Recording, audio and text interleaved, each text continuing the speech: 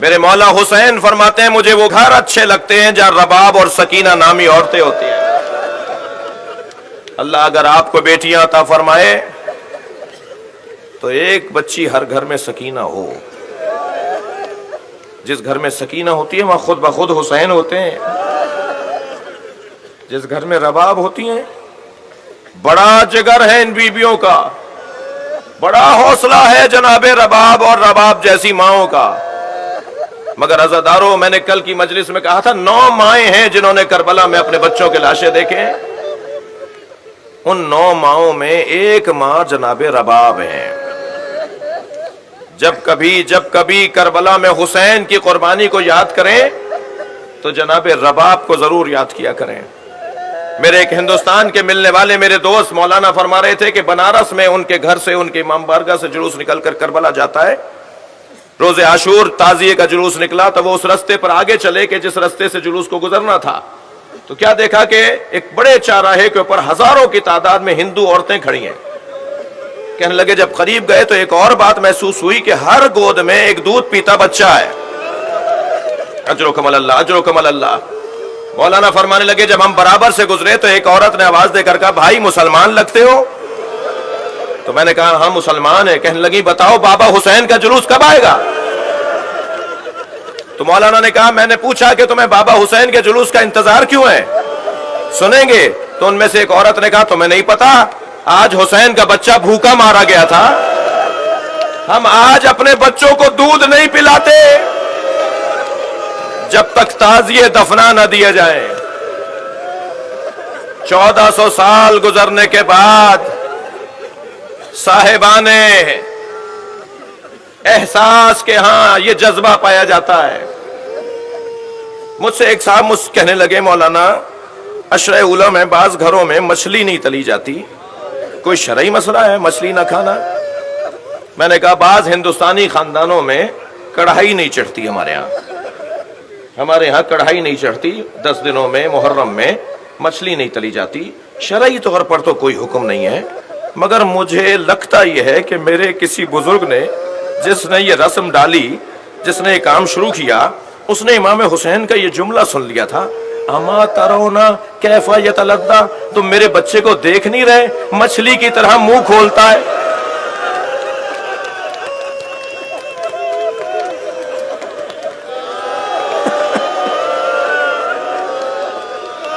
جب مچھلی مرنے لگتی ہے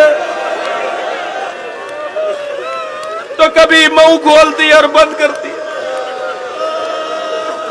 میرا یہ بچہ کچھ دیر میں مر جائے گا۔ اجرکم اللہ، آپ کی آوازیں بلند ہیں، اللہ آپ کو اس کا ثواب عطا فرمائے۔ بڑا جگر ہے جناب رباب کا۔ 2 کمائیاں تھیں جناب رباب کے پاس، ایک سکینہ، ایک علی اصغر۔ ایک کو اجلا سا کرتا پہنا کر امام حسین کی گود میں دے دیا، اور انیس لکھتے ہیں کہ جب حسین ابن علی نے اپنے بچے کو گود میں لیا تو بنا کر شکل مجاہد کی لے چلے شبیر، الٹ دیا علی اصغر کی آستینوں کو۔ اے میرے لال تم بھی تو مجاہد ہو۔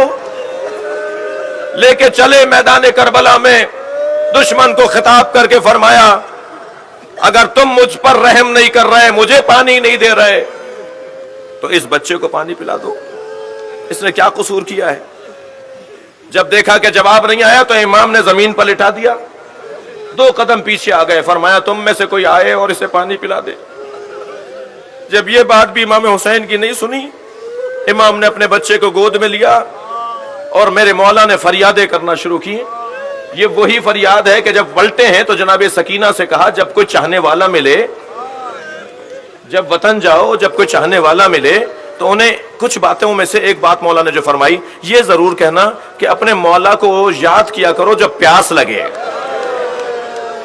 جب تمہیں پیاس لگے تو اپنے مولا حسین کو یاد کیا کرو، اور یاد کیا کرو کہ تمہارا مولا کیسے پانی مانگ رہا تھا۔ اللہ اکبر۔ عزادارو، جب میرے مولا نے بچے کو آگے بڑھایا، یزیدی لشکر میں کوہرام بپا ہو گیا۔ آواز آئی پسر ساتھ کی اے حرملا حسین کے کلام کو قطع کر دے۔ سنیں گے عزادارو، حرملہ نے 3 پھلوں والا تیر جوڑا. اجر و کمل اللہ، اجر و کمل اللہ. مجھے 2 منزلیں نہیں ہیں. آج 6 محرم ہے، رونے کا دن ہے. 3 پھلوں والا تیر جوڑا. میں اس ظالم سے کہوں گا ایک معمولی تیر بھی اس بچے کو مار ڈالے گا. 3 پھلوں والا تیر چلا جس نے علی اصغر کا گلا کاٹا، حسین کا بازو کاٹا. میرے مولا کے بازو میں جا کر وہ لگا. میرے مولا نے علی اصغر کا خون اپنے چلو میں لیا. زمین کی طرف دیکھا تو آواز آئی کبھی کوئی فصل نہیں اگے گی. آسمان کی طرف دیکھا میرے مولا نے، آواز آئی کوئی پانی نہیں برسے گا. مقتل کی روایتیں مختلف ہیں. ایک یہ کہتی ہے کہ حسین نے آسمان کی طرف خون پھینک دیا، اور دوسری روایت یہ کہتی ہے حسین نے اپنے چہرے پر خون مل لیا. جب سکینہ بی بی کے رونے پہ کٹا ہوا سر زندان میں آیا تھا نا، تو میری بی بی نے بابا سے یہی تو پوچھا تھا، بابا یہ آپ کے چہرے پہ کس کا خون ہے؟ اجر و کمل اللہ، اجر و کمل اللہ. ایک منزل اور لیں عزادارو. میرے مولا نے بچے کے لاشے کو اپنی ہاتھوں پر لیا. کربلا کی زمین پر گرمی شدید تھی، دھوپ میں تپش بہت تھی. مولا نے ابا کا دامن بچے کے لاشے پہ ڈالا ہوا تھا. بڑھ رہے ہیں خیمے کی طرف. عزادارو، لاشے حسین نے بہت اٹھائے، مگر یہ چھوٹا لاشا تھا جو حسین سے اٹھتا نہیں تھا.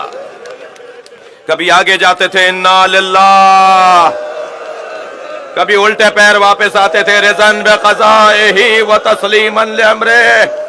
کبھی حسین آگے گئے، کبھی دائیں گئے، کبھی بائیں.